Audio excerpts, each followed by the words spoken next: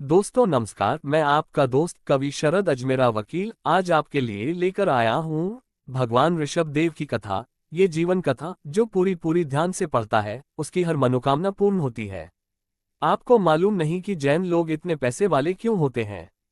उसका यही कारण है कि इस कथा में ही भगवान ऋषभ देव ने बताया है कि किस तरह से धन कमाया जाए। उसका मंत्र बताया है, असी मसी कृषि का उपदेश दिया है। तो कृपया आप लोग इस कथा को बहुत ही ध्यान से पढ़ें, सुने और अपने जीवन में उन्नति लाएं। कृपया आप वीडियो को लाइक, चैनल को सब्सक्राइब अवश्य करें। जब कर्म भूमि की रचना प्रारंभ हो रही थी तब अयोध्या नगरी में अंतिम कुलकर नाभीराज का जन्म हुआ था। वह स्वभाव से ही परोपकारी, मृदभाषी और प्रतिभाशाली पुरुष थे। नाभीराज जी ने और उनके पहले के कुलकरों ने अपराधी को अपराधी मनुष्य को दंड देने के लिए दंड का विधान भी चलाया था। नाभीराज की रानी का नाम मरु देवी था। वह सदाचार स्त्री थी। राजा नाभि राय की राजधानी अयोध्यापुरी थी। यहाँ पर वज्र नाभि चक्रवर्ती सर्व सिद्धि से अहम इंद्र हुए थे। उनके पुत्र नाभि राज थे। नगरी के बाहर चारों ओर आकाश जल से भरी हुई सुंदर पारिखा थी। कोर्ट के चारों ओर 4 गोपुर बने हुए थे। एक दिन शुभ मुहूर्त में सुधर्म इंद्र ने सब देवों के साथ आकर उस नवीन नगरी में महाराज नाभिराव और मरु देवी का राज्य अभिषेक कर उन्हें राजभवन में ठहराया। इसी दिन सब अयोध्या वासियों की भी नवीन अयोध्या में प्रवेश करवाया गया, जिससे उनकी आभा बहुत विचित्र हो गई थी। इसी भारत वसुंधरा पर जब से कर्म योग आरंभ हुआ था तब से लोगों के हृदय में भोग लालसाओं से बहुत कुछ विरक्त हो चुके थे। इसलिए वह समय उनके हृदय में धर्म का बीज रोपण करने का समय माना गया। योग्य समय था। उस समय संस्कार को ऐसे देवदूत की आवश्यकता थी जो दष्ट के अवस्थित लोगों को श्रृंखला में व्यवस्थित कर सके, उन्हें कर्तव्य का ज्ञान करा सके, जिसका व्यक्तित्व बहुत बड़ा चढ़ा हुआ हो। एक दिन जब महारानी मरु देवी गंगा जल के समान स्वच्छ वस्त्र से शोभित शैया पर शयन कर रही थी, उस समय उनको स्वप्न दिखाई दिए। उनमें एक नंबर का स्वप्न था। ऐरावत हाथी दूसरा नंबर था। सफेद बेल तीसरा नंबर था। गरजता हुआ सिंह चौथा क्रम था। लक्ष्मी पांचवा क्रम था। 2 मालाएं। छठा था चंद्रमंडल। 7वां था सूर्यबिंब। 8वां था स्वर्ण के 2 कलश। 9वां था तालाब में खेलती हुई 2 मछलियां। 10वां था निर्मल जल से भरा हुआ सरोवर।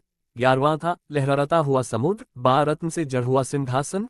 13वां देवों का विमान। 14वां था नागेंद्र भवन। 15वां था रत्न राशि और 16वां था निर्धूम अग्नि। स्वप्न देखने के बाद उन्होंने अपने मुंह में प्रवेश करते हुए कुंद पुष्प के समान श्वेत वर्णमाला एक बेल देखा। इतने में रात पूरी हो गई। पूर्व दिशा में लाली छा गई। राजमंदिर में बादलों की मंगल ध्वनि बहने लगी तो रानी सैया से उठी और वस्त्र आभूषण नहा धोकर वस्त्र स्वर्ण पहनकर सभा मंडप की ओर गई।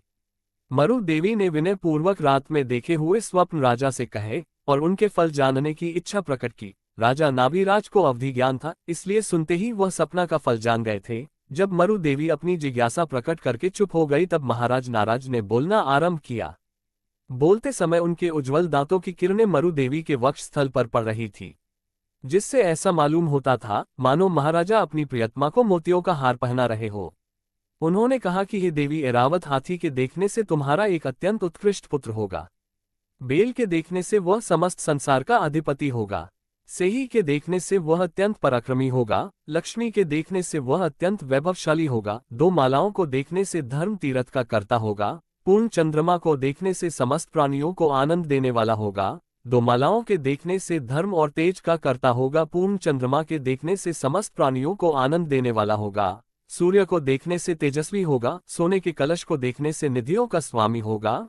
मछलियों को देखने से सुखी होगा और सरोवर को देखने से उत्तम लक्षण से शोभित होगा। समुद्र को देखने से सर्वदर्शन और सिंहासन को देखने से साम्राज्यवाद होगा। देव विमान देखने से वह स्वर्ग से आएगा। नागेंद्र का भवन देखने से वह अवधि ज्ञानी होगा। रत्न की राशि देखने से गुण की खान होगा। निर्धूम अग्नि देखने से वह कर्म रूपी ईंधन को जलाने वाला होगा। स्वप्न देखने के बाद तुमने मुंह में प्रवेश करते हुए जो सफेद बेल देखा है, उससे मालूम होता है कि तुम्हारे गर्भ में किसी देवता ने अवतार लिया है।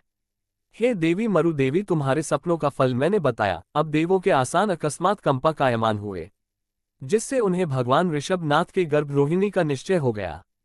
इंद्र की आज्ञा के अनुसार दिक् कुमारिया तथा श्री अर्हमधरती, कीर्ति, बुद्धि, लक्ष्मी आदि देवियां जिन माता महारानी मरु देवी की सेवा के लिए उपस्थित हो गई। इंद्र आदि समस्त देवों ने आकर अयोध्यापुरी में खूब उत्सव किया, नृत्य ज्ञान किया और वस्त्र आभूषण आदि से राजा नाभिराज और मरु देवी का खूब सत्कार किया गया। जो रत्न की धारा गर्भाधान के 6 महीने पहले से बरसती थी, वह गर्भधान के दिनों में वैसी ही बरसती रही। इस तरह आषाढ़ शुक्ल द्वितीय के दिन उत्तक आसन नक्षत्र में भगवान ने सर्वासिद्धि से चलकर महादेवी मरु देवी के गर्भ में स्थान पाया। जब भगवान माता के गर्भ में आए थे, तब तीसरे सुषमा दुख महाकाल के 84 लाख पूर्व तथा 4 वर्ष 12.5 माह बाकी थे।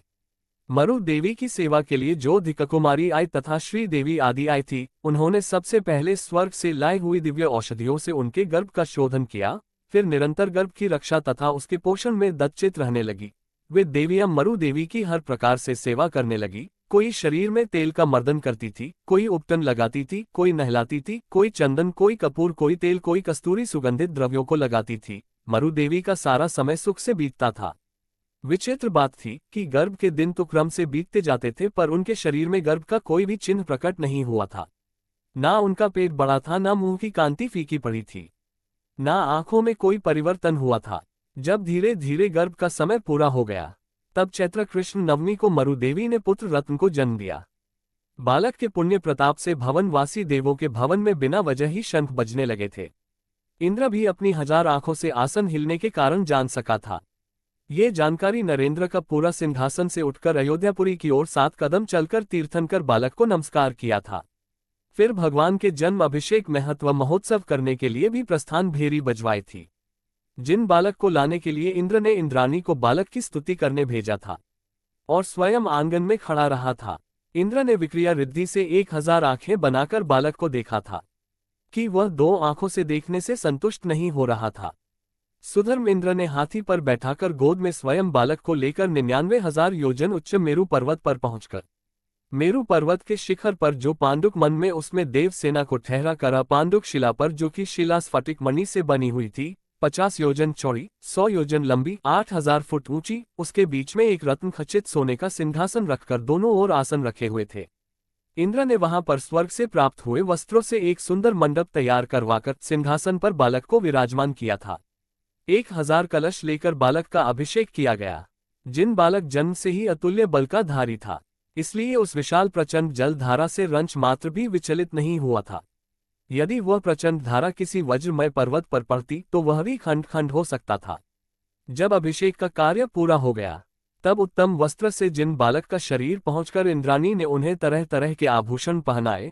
इस तरह से इंद्र आदि देव मंडल मेरु पर्वत से अभिषेक महोत्सव समाप्त करके पुनः अयोध्या को वापस आए थे। कहते हैं कि उस समय इंद्र ने भगवान के हाथ के अंगूठे में अमृत छोड़ दिया था, जिसे चूस चूस कर वह बड़े हुए थे। उन्हें माता के दूध पीने की आवश्यकता नहीं हुई थी। वह कभी विद्वान मित्रों के साथ कोमल कांड पदावली के द्वारा कविता की रचना करते थे, कभी अलंकार शास्त्री रचना करते थे, कभी सुंदर संगीत करते थे, कभी तालाब नदी बगीचा आदि की शरारत करते थे। उनका शरीर नंदावत आदि 108 लक्षणों और मसूरी का आदि 900 व्यंजनों से विभूषित था।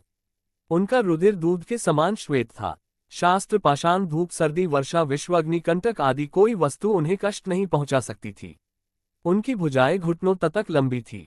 आश्चर्य की बात थी कि जो व्यवस्था प्रत्येक मानव हृदय पर विकार की छाप लगा देती है, उसी अवस्था में भी राजपुत्र विश्वनाथ के मन पर कोई विकार के चिन्ह प्रकट नहीं हुए थे।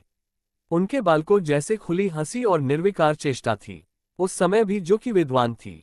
एक दिन महाराज नाभिराज ने वृषभनाथ के बढ़ते हुए यवन को देखकर उनका विवाह करना चाहा, पर जो ही उनकी निरंकार चेष्टा और उदासीनता पर महाराज की दृष्टि पड़ी, तो ही वह कुछ हिचक गए। उन्होंने सोचा कि इनका हृदय अभी से निर्भर है। विकार सुनने से जब ये बंधन मुक्त हाथी की भांति हटकर तब के लिए वन को चले जाएंगे, तब दूसरे की कन्या का क्या होगा। क्षणिक के लिए ऐसा विचार करने के बाद उनके दिल में आया कि संभव है विवाह कर देने से संसार से यह कुछ परिचित हो सकेंगे, इसलिए सहसा वन को ना भागेंगे। और दूसरी बात यह भी थी कि यह योग का प्रश्न है। इस समय के लोग बहुत भोले हैं। सृष्टि की व्यवस्था एक प्रकार से नहीं के बराबर है। लोग प्राय एक दूसरे का अनुसरण करते हैं। अतः इस युग में विवाह की रीति प्रीति प्रचलित करना बहुत आवश्यक है। तब राजा नाभिराय ने भगवान वृषभनाथ से केवल मंद मुस्कान से ही की सहायता लेकर विवाह की तैयारियां शुरू कर दी थी। और किसी शुभ मुहूर्त में राजा कक्ष की बहन यशस्वी और महाकक्ष की बहन सुनंदा के साथ वृषभनाथ का विवाह कर दिया था। ये सरस्वती और सुनंदा के विषय में विशेष न लिखकर इतना ही लिखना पर्याप्त होगा कि वह दोनों अनुपम सुंदरी थी। उस समय उन जैसी सुंदरी दूसरी कहीं भी नहीं थी। भगवान के विवाह उत्सव में देवराज इंद्र ने अपने पूरे देव मंडल के साथ सबने सहयोग दिया था। पुत्र वधू को देखकर माता मरु देवी का हृदय फूला नहीं समाया था। उन दिनों अयोध्या में कई तरह के उत्सव मनाए गए थे। ये यशवंत और सुनंदा ने अपने रूप पास से वृषभ नाथ के चंचल चित्त को अपने वश में कर लिया था। उन दोनों के साथ नाना क्रीड़ा करते हुए सुख से समय बिताने लगे थे। एक समय रात को यशस्वी महादेवी अपने महल की छत पर रतन जड़ित पद पर सो रही थी। सोते समय उसने रात्रि के पिछले पहर में सुमेरु पर्वत, सूर्य कमल में कृष्ण और समुद्र यह स्वप्न देखे और प्रात होते ही मांगलिक वात्र और बंदी जनों की स्तुति हो के मनोहर शब्दों से उसकी नींद खुल गई। जब वह सोकर उठी तब उसे बहुत आश्चर्य हुआ। उसने सपनों का फल जानने के लिए बहुत प्रयत्न किया, पर जब सफलता नहीं मिली तो नहा होकर फिर सुंदर वस्त्र आभूषण पहनकर भगवान ऋषभ के पास गई। उन्होंने इसका खूब सत्कार किया, अपने पास में ही स्वर्णम आसन पर बिठाया। कुछ समय बाद उनसे महादेवी ने रात में देखे हुए सपने को कहा और उनसे फल जानने की इच्छा प्रकट की। हृदय वल्लभा के वचन सुनकर भगवान ऋषभ ने हंसते हुए कहा, सुंदरी, तुम्हारे सुमेरु पर्वत के देखने, चक्रवर्ती सूर्य को देखने से प्रतापी, चंद्रमा को देखने से कांति, माल कमल को देखने से लक्ष्मी, माँ के दर्शन को देखने से समस्त वसुधा का पालक और समुद्र को देखने से गंभीर हृदय वाला जन्म शरीर पुत्र उत्पन्न होगा। वो पुत्र इस इक्ष्वाकु वंश की कीर्ति को प्रसारित करेगा और अपने अतुल भुजबल से भारत क्षेत्र के क्षण्यकरों का राज्य करेगा। पति के मुख से सपनों का फल सुनकर महादेवी बहुत ही हर्षित हुई। धीरे धीरे महादेवी के गर्भ में चिन्ह प्रकट हो गए। वह अत्यंत प्रसन्न होती थी कि उसके घर में किसी विशेष प्रकार के पुरुष ने जन्म लिया है। धीरे धीरे बालक के जन्म का समय आने पर तेजस्वी बालक ने जन्म लिया। एक दिन रात के समय सुनंदा ने भी उत्तर सपना देखा, जिसके फल स्वरूप उसके घर में जो कर्म धर्म से सर्वाधिक सिद्धि में अंध हुआ था। सुनंदा ने बाहुबली नामक पुत्र को जन्म दिया।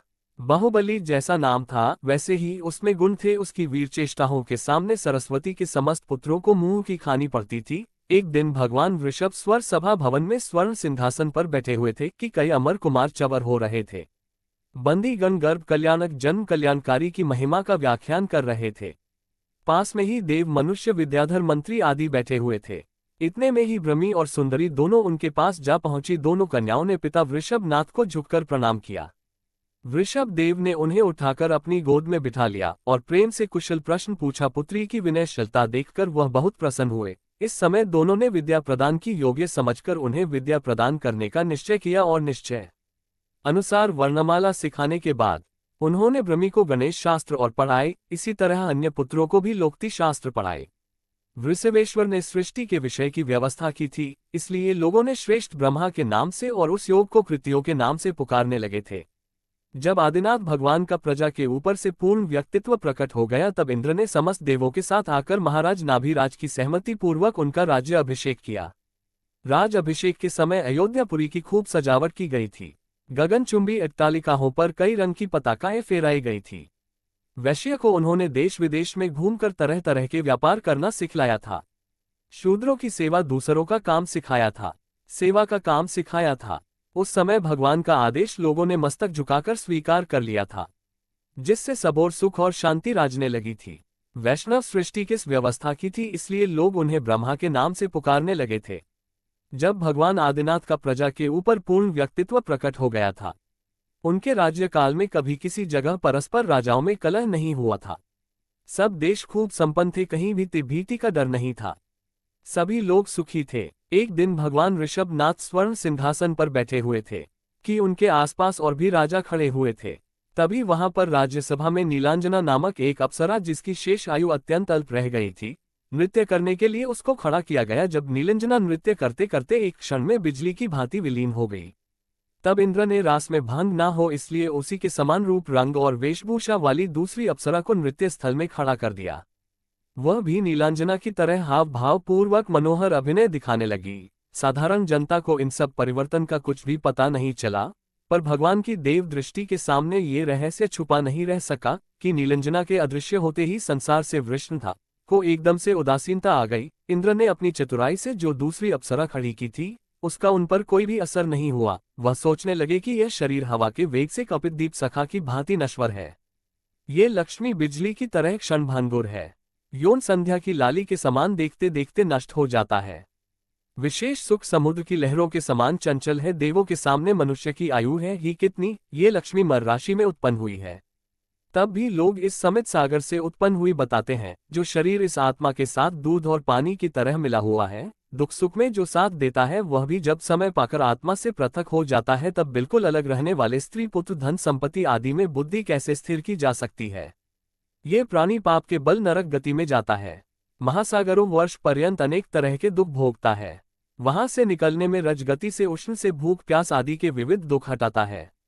कदाचित सौभाग्य से मनुष्य हो भी गया तो धारिता रोग आदि से दुखी होकर हमेशा संक्लेश का अनुभव करता है, और कभी कुछ पुण्य से देव हो भी गया तो वहां भी अनेक मानसिक दुखों के दुखी होता है। इस तरह चारों गतियां में कहीं भी दुख का ठिकाना नहीं है। सच्चा सुख तो मोक्ष में ही प्राप्त हो सकता है, यह मोक्ष मनुष्य पर्याय से ही प्राप्त होता है। ये सब विचार करते हुए महाराजा वृषभ देव ने वैराग्य धारण कर दीक्षा लेने का निश्चय किया। जब भूमि गोचर राजा पालकी को अपने कंधों पर रखकर जमीन से 7 कदम आगे चलकर फिर विद्याधर राजा अपने कंधों पर रखकर 7 कदम आकाश में चले, इसके अनंतर प्रेम से भरे हुए असुर उस पालकी को अपने कंधों से उठाकर आकाश मार्ग से चले और उस समय देवेंद्र जय जय सब उच्चारण करते हुए कल्प वृक्ष के सुगंधित फूलों की वर्षा करते हुए जाते थे। वन के मध्य भाग में एक चंद्रकांता मणि की शिला रखी हुई थी। पालकी से उतरकर भगवान इस शिला पर जाकर बैठ गए। वह वन सिद्धार्थ वन कहलाता था। उसके चारों ओर फूलों की शोभा से सुगंधित वातावरण था। वहां उन्होंने एक क्षण भर ठहरकर सबकी ओर मधुपूर्ण दृष्टि से देखा। फिर देवेंद्र देव तथा उनके साथ आए कुंडली जनों से और समस्त वस्त्र आभूषण उतार कर फेंक दिए। भगवान ने पंचमुष्टि से केशलोच किए तथा पूर्व दिशा की ओर मुख करके खड़े होकर सिद्ध परमेष्ठी भगवान को नमस्कार करते हुए इंद्र सिद्ध और की साक्षी पूर्वक समस्त परिग्रह का त्याग कर दिया था। इस तरह भगवान आदिनाथ ने नवमी के दिन सायंकाल के समय उत्तरा आषाढ़ नक्षत्र में जिन दीक्षा ग्रहण की थी, इन्हें दीक्षा लेते समय ही मन पर्याय ज्ञान और अनेक विद्या प्राप्त हो गई थी।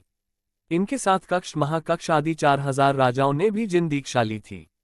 4000 मुनियों से घेरे आदिश्वर महाराज नक्षत्र परिवर्तन चंद्रमा की तरह शोभायमान होते थे। दीक्षा लेते समय वृषभ देव ने जो केस उखाड़े थे उनको फेंक दिया था, तब इंद्र उन्हें रत्नों की पिटारी में रखकर रससागर ले गया था और उसकी तरल तरंगों में श्रद्धा पूर्वक छोड़कर आ गया था। जिनेंद्र भगवान के तप कल्याण का उत्सव पूरा करके समस्त देव देवेंद्र अपने स्थान पर चले गए। बाहुबली आदि राजपुत्र भी पितृवियोग से छिन्न होते हुए अयोध्यापुरी लौट गए। वन में भगवान आधी रात में 6 महीने का अंश धारण करके एक आसन पर बैठे हुए थे। धूप वर्षा सहित अनेक बाधाएं उन्हें रंच मात्र भी विकल्प नहीं कर रही थी। वह मेरु के समान अचल थे, बालक के समान निर्विकार थे, निर्भय आसन की तरह शुद्ध थे, साक्षात श्री समान मालूम होते थे। उनकी दृष्टि नासा के अग्रभाग पर लगी हुई थी, हाथ नीचे लटक रहे थे, मुंह के भीतर स्पष्ट रूप से कुछ मंत्र का उच्चारण हो रहा था। कहने का मतलब ये था कि समस्त इंद्रियों को व्यापार से हटाकर आध्यात्मिकता को लगा चुके थे। अपने आप उत्पन्न हुए अलौकिक आत्मानंद का अनुभव कर रहे थे। ना उन्हें भूख का दुख था, ना प्यास का कष्ट था, ना राज्य की चिंता थी। उधर महीने भर बाद प्रसाद देव आत्मज्ञान में लीन हो रहे थे। इधर कक्ष और महाकक्ष आदि 4000 राजाओं ने जो कि देखा देखी मुनि बन बैठे, मुनि मार्ग का कुछ रहस्य नहीं समझ सके। कुछ ही दिनों में वह भूख प्यास की बाधाओं से तिलमिला उठे और आपस में सलाह करने लगे कि भगवान ऋषभ देव भजन कितने किस लिए नग्न दिगंबर होकर बैठे। हम लोगों से कुछ कहते ही नहीं है, ना उन्हें भूख प्यास बढ़ा रही है, ना भूख प्यास हटा रही है, ना ये धूप वर्षा आदि से दुखी होते हैं, सर्दी उन्हें लगती नहीं है। पर हम लोगों का हाल तो इससे बिल्कुल उल्टा हो रहा है। अब हमसे भूख प्यास की बाधा सहन नहीं की जा रही है। हमने सोचा था कि इन्होंने कुछ दिनों के लिए ही यह वेश धारण किया है, पर अब तो ये 2 माह हो गए हैं। फिर भी इसका क्या उपाय है, ये चलकर उन्हीं से पूछना चाहिए। ऐसी सलाह करके सब राजा भगवान ऋषभ नाथ के पास जाकर तरह तरह शब्दों में उनकी स्तुति करने लगे, उनकी वीरता की प्रशंसा करने लगे। स्तुति होने के बाद उन्होंने मुनि वेश धारण करने का कारण पूछा और उसकी अवधि पूछी और कहने लगे कि हम भूख प्यास से और दुख सहन नहीं कर सकते हैं। पर महाराज तो मौन व्रत लिए हुए थे, आत्मानंद मस्त थे, उनकी दृष्टि पर पदार्थ से हटी हुई थी, वह कुछ भी ना बोल रहे। तब उन्हें ऋषभ देव की तरफ से कोई उत्तर ना मिला तो उन्होंने अपनी आंखें उठाकर भी लोगों को तरफ नहीं देखा था। सभी बहुत घबरा गए और मुनि मार्ग से भ्रष्ट होकर जंगलों में चले गए थे। उन्होंने सोचा था कि यदि हम अपने अपने घर जाते हैं तो राजा भरत हमको दंडित करेंगे, इसलिए इन्हीं सघन वनों में रहना अच्छा है। यहाँ वनों के कंद मल फल फूल मूल खाकर नदी तालाब आदि का मीठा जल पीकर पर्वतों की गुफाओं में रह लेंगे। अब ये शेर चीते ही हम लोगों के परिवार होंगे। इस प्रकार वह भ्रष्ट होकर भी 4000 देवलंगी मुनि जो ही तालाब में पानी पीने के लिए उतरे, तो ही उन देवताओं ने प्रकट होकर कहा कि यदि तुम निर्गंथ दिगंबर मुद्रा धारण करके भी इस तरह का अन्याय करोगे तो हम तुम्हें दंडित करेंगे। ये सुनकर कईयों ने वृक्षों के पत्रे बलक रूप पहनकर हाथ में पलाश वृक्ष के दंड ले लिए, कईयों ने शरीर में भस्म मल ली और कईयों ने जटाएं बढ़ा ली। कहने का मतलब यह है कि उसमें से जिसको जैसी सुविधा मिली वैसा वेश धारण कर लिया। इतने होने पर भी भगवान आदिनाथ को ही अपना इष्ट देव समझते थे। वह लोग प्रतिदिन तालाब में से कमल का फूल तोड़कर लाते थे और उनसे भगवान की पूजा किया करते थे। वृषभनाथ को बाहर जगत का कुछ भी ज्ञान नहीं था। वह समता भावों में क्षुधाई सहते हुए आत्मज्ञान में लीन रहते थे। एक दिन कक्ष महाकक्ष राजाओं के लड़के नमी और वेन्मी भगवान के चरण कमल के समीप जाकर उनसे प्रार्थना करने लगे कि हे प्रभु नायक, आप अपने सारे पुत्र तथा अन्य राजकुमारों को राज्य देकर उनको सुखी कर गए, पर हम दोनों को आपने कुछ भी नहीं दिया। भगवान आप तीनों लोक के आदेश्वर है, समर्थ है, दयालु है, इसीलिए हमें आप राज्य देकर सुखी करो। भगवान आत्माओं ध्यान में लीन हो रहे थे, इसलिए नमी की ओर उन्होंने कुछ उत्तर नहीं दिया तथा अपनी प्रार्थना में लगे रहे। इस घटना से एक धरेंद्र का आसन कपमायमान हुआ, जिससे भगवान के ध्यान में कोई बाधा समझकर वह शीघ्र उनके पास आया और आकर जब वह देखता है कि दोनों ओर से खड़े हुए नमी विनमी भगवान से राज्य की याचना कर रहे हैं, तो धर्मेंद्र देव ने अपना वेश बदलकर दोनों राजकुमारों से कहा कि आप लोग राजा भरत से राज्य की याचना न कीजिए, जो आपको अभिलाषाओं को पूर्ण करने में वही समर्थ है। इनके पास क्या रखा है जिसे देखकर यह आपके राज्य पाने की मनसा को पूर्ण करें? आप लोग राजकुमार होकर भी इतना नहीं समझ सके हैं। जिसके पास जो होता है वह वही तो देता है। बात सुनकर उन दोनों ने उनसे कहा कि महाशय, आप बड़े बुद्धिमान मालूम होते हैं, बोलने में आपकी बहुत अतिशय क्षमता है, आपका फिर भी विश्वास नहीं है। आप मेरी समझ में नहीं आता है कि बिना कुछ पूछे हम लोगों के बीच में क्यों बोलने लगे हैं। तीनों लोगों के एकमात्र आदेश्वर विश्वदेव की चरण छाया पाकर भरत से राज्य की याचना करूं, जो बेचारा खुद ही सामान्य भूमि का राजा है। वहां से जो महासागर के जल में भरा जल से जो पेट नहीं भरा, वह क्या गोसतपति के जल से भर जाए। यह अनोखा उपदेश है आपका। राजकुमारी की युक्ति प्रकृति प्रश्नों का धनुत्तर है। ये सुनकर नमी विनमी ने कहा, राजपुत्रों, राज्य का विभोग करते समय महाराज आप लोगों के अंश का राज्य मुझे बतला कर गए हैं, तो चलिए चलकर आपका राज मैं आपको दे दूं। इस समय वह ध्यान में लीन है, उनके मुख से आपको कुछ भी प्राप्त उत्तर नहीं होगा। इस प्रकार से समझाकर धरेंद्र ने उन्हें विमान में बिठाकर विजार्थ पर्वत पर ले गया और पर्वत के अलौकिक शोभा को देखकर दोनों राजपुत्र बहुत ही प्रसन्न हुए और वहां राज्य करने लगे। ध्यान करते करते जब 6 माह बीत गए तब देव ने अपनी ध्यान मुद्रा समाप्त की आहार लेने का विचार किया। यद्यपि उनके शरीर में जन्म से ही अतुल्य बल था, आहार न करने पर भी उनके शरीर में कुछ शिथिलता नहीं आई थी, तथापि मुनि मार्ग पर चलने का ध्यान करते हुए आहार करने का निश्चय उन्होंने किया था। गांव गांव में विहार करना शुरू कर दिया था। विहार करते करते समय वे 4 हाथ जमीन पर देखकर चलते थे और किसी से कुछ नहीं बोलते थे, लेकिन क्योंकि लोग पलगाहन की विधि नहीं जानते थे, इसलिए उनको 1 साल तक विधि नहीं मिली। पलगाहन नहीं मिला तब भी उनके चित्त में निर्मलता थी, किसी प्रकार की विकृति नहीं थी। औरों से मिलने के लिए जो देखा जाता वह नहीं था। कितना विषम है कर्मों का उदय। इस तरह भगवान आदिनाथ ने 1 वर्ष तक कुछ भी नहीं खाया पिया। तो हस्तिनापुर के सोमप्रभा राजा राज्य करते थे। वह बड़े ही धर्मात्मा थे। उनके छोटे भाई का नाम श्रेयांश कुमार था। उनके स्वप्न आया कि कैसे आहार देना है, तो वह दोनों भाई हर्ष के मारे फूले न समाये थे। प्रातः काल के समय को देखे गए स्वप्न शीघ्रता से पूर्ण होते हैं। पुरोहित के इन वचनों को हृदय को हर्षित कर दिया था। वह प्रातः काल का समय आहार देने के योग्य है, ऐसा विचार कर उन्होंने नवधा भक्ति पूर्ण उन्हें पलगाहन दिया और श्रद्धा तुष्टि आदि गुण से युक्त होकर आदि जिनेंद्र ऋषभनाथ को आहार देने के लिए भीतर ले गया। वहां उसने राजा सोमप्रभा और उनके श्री लक्ष्मीमती के साथ भगवान के प्राणी पात्र में इक्षुरस की धाराएं अर्पित की। इस पवित्र आहार दान से प्रभावित होकर देवों ने आकाश से रत्नों की सुप्रभात की वर्ष की दंड भी बजाई, पुष्प वर्षा और कतकत किया। बहुतों ने इसकी अनुमोदना की और वह अपने परिवार के साथ हस्तिना पर वापस आ गए। भगवान आदिनाथ अटरिया में ध्यान लगाकर आत्मा शुद्धि करते थे। उनकी जटाएं इतनी प्रभावित होती थी कि लोग उन्हें देखकर बहुत जल्दी प्रभावित हो जाते थे। ज्ञानावरण के नाश होने से उन्हें केवल ज्ञान प्राप्त हुआ था, दर्शनावरण नाश होने से उनको दर्शनावर्णी प्राप्त हुआ था, और केवल ज्ञानी दर्शवर्णी के अभाव में, केवल दर्शन मोहिनी के अभाव में अनंत सुख और अंतराय के अभाव के अंत में अनंतवीर प्राप्त हुए थे। वृषभ जिनेंद्र को केवल ज्ञान प्राप्त हुआ था।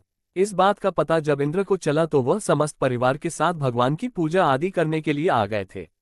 धनपति कुबेर महादेवी शस्त्र की रचना कर दी थी। उसमें चारों दिशाओं में 4 महान स्तंभ थे। स्वर्ग की अप्सराएं थी, अनेक परीक्षाएं थी, देवता पहरे दे रहे थे। ऊपर चलकर भगवान की गंध कुटी बनाई गई थी जिसमें रत्न में सिंहासन रखा हुआ था। सिंहासन के चारों ओर श्री मंडप बनाया गया था। इंद्र ने विनय सहित नमस्कार करके सुमधुर शब्दों में 1000 नाम से उन्हें अलंकृत कर उनका स्तुति की थी। महाराजा भरत भी राज्यसभा में बैठे हुए थे। इतने में ही पुरोहित ने वहां पहुंचकर उन्हें जगत गुरु वृषभ देव के केवल ज्ञान के प्राप्त होने का संकेत दिया था, समाचार सुनाया था। उस समय समस्त भारतवर्ष में अखंड रूप से जैन धर्म का फैला हुआ था। इसी प्रकार देश विदेश में घूमकर वे कैलाश गिरी पर पहुंचे और वहां आत्मज्ञान में लीन हो गए। त्रिलोकीनाथ धीरे धीरे अपने मन को बाह्य जगत से हटाकर अंतर आत्मा में लगाते गए। उस समय वह कैलाश के शिखर पर पूर्व दशा की ओर प्रंक आसन में बैठे हुए थे कि उनके शरीर का एक रोम भी हिलता हुआ नजर नहीं आता था। योग निरोध किए हुए अब 13 दिन बीत गए थे और मार्ग श्री कृष्ण चतुर्दशी का प्रभात आया। प्राची दिशा में लालिमा फैल गई। तब उन्होंने शुक्ल ज्ञान रूपी खड़ग के प्रथम प्रहार से 22 कर्म शत्रुओं को धराशायी बना दिया। अब आप 13वें गुणस्थान से 14वें गुणस्थान में प्रस्थान कर गए थे। अब आप सर्वदा के लिए सर्वथा स्वतंत्र हो गए थे। अपनी आत्मा, उनकी आत्मा दक्षिण लोक शिखर पर पहुंच गई और शरीर देखते ही देखते विलीन हो गया। केवल नख और केस बाकी बचे थे। उसी समय जय जय ध्वनि करते हुए आकाश से समस्त देव आ गए और उन्होंने माया से भगवान का दूसरा शरीर निर्माण कर उसे चंदन कपूर लवंग व्रत आदि से बने हुए कुंड में विराजमान कर दिया। फिर अग्नि कुमार देव ने अपने मुकुट के परस्पर संघर्षण से उसमें अग्नि ज्वाला प्रचलित कर दी। इस समय कई गंधर्व और सामान्य केवली भी मोक्ष पधारे थे। देवों ने भी भगवान भगवत कुंड से दक्षिण की ओर गंधर्व कुंड और केवली कुंड बनाकर उसमें उनका अंतिम संस्कार किया और आज पवित्र आत्मा संसार बंधन से मुक्त हो गई थी। इस प्रकार प्रथम तीर्थंकर भगवान वृषभ नाथ का पवित्र चरित्र पूर्ण हुआ। इनका बेल चिन्ह है। तो दोस्तों, आपको ये कथा कैसी लगी कृपया आप कमेंट करके बताएं। वीडियो को लाइक करें, चैनल को सब्सक्राइब कर दें और यह वीडियो आपके जितने पहचान वाले ग्रुप हैं सब ग्रुपों में सेंड कर दें तो बड़ी कृपा होगी। आपका बहुत बहुत धन्यवाद।